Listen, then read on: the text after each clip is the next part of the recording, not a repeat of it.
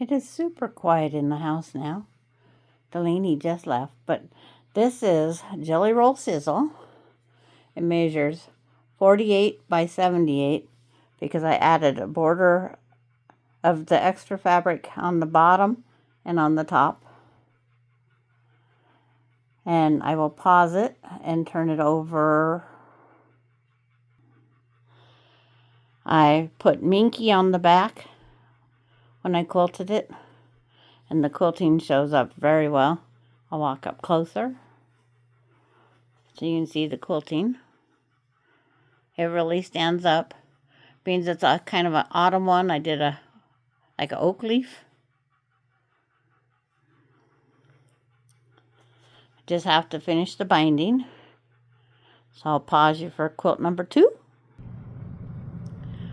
This one is the red, white, and blue block swap that we did. And the jelly roll the panel in the middle come from Marine. And I did all the guessing on what to do next.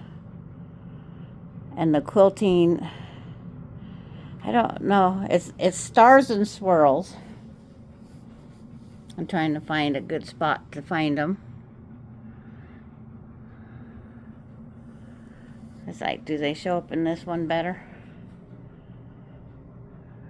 Yeah, you can see the star and the swirls. I call it a meandering star. So now I'll pause the camera again and flip it over. And here's the back of it. It's like I used a 108 from Marshall Dry Goods, and I just cut it in strips to put in. These are the extra blocks. The back needs something every now and then, and I didn't plan it to go top, bottom, wherever. But I just wanted to, and then I'll see if I can get up close. And any more, yeah, there's the stars and really show up there on the back.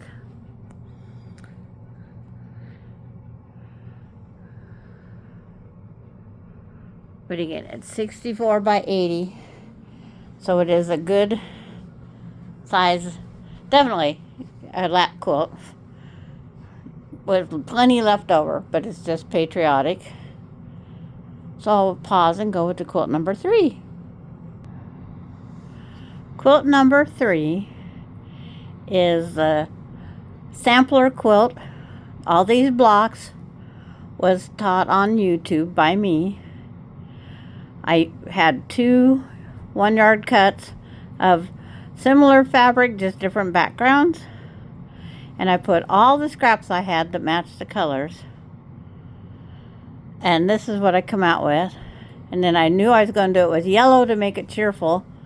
Went into the quilt store one day, and they had this yellow on a clearance rack for $6.99 a yard. And I only bought enough to do it. Crazy me. And the border is the same as the backing. It's a 108 from Marshall Dry Goods. And the quilting on this is bigger, and it's got flowers. Let's see, there's the flower. You got your flower that way and your flower this way. This is quilted by Courtney. She'll pick whatever, if you want denser or softer. It's like she will do it all. So now I'll pause and show the back. I forget what this 108 backing's called, but it is a yellow. Does it have, but see here you see the quilting more. You see the quilting more on the back. But it's just rows. This is a pantograph of flowers. But I was going to try and get, it's got little leaves in the backing. But they have this in several colors. And I'm going to see if I don't have some of the darker yellow. But if not, it'll be bound with the background fabric. So now we're going to go on to quilt number 4. Okay, let's see if I can get this back. The last one, the yellow one that I showed you, measured 66 by 91, which is a twin size. The one before was a good throw. This one's 82 by 89. It's Angela Walters' free pattern. All roads. The four corners are supposed to be white. I did not like that big white space. So I took out the white and I put in the border material to get all four corners are the same. And this was quilted by Lynn Lockhart. And there's some of the beautiful quilting. And she started with the center medallion. And I'm sure she went out from there. But this here, it has, you can see a flower right here. And then this goes up this way. You go from this flower, like, and the leaves go this way. And the flower, this is the only place that has the flower. The rest just have vines and ease and candy, ribbon candy.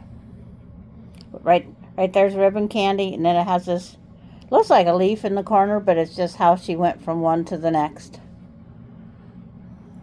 And you can't see the quilting in the purple, the border, because the thread matches.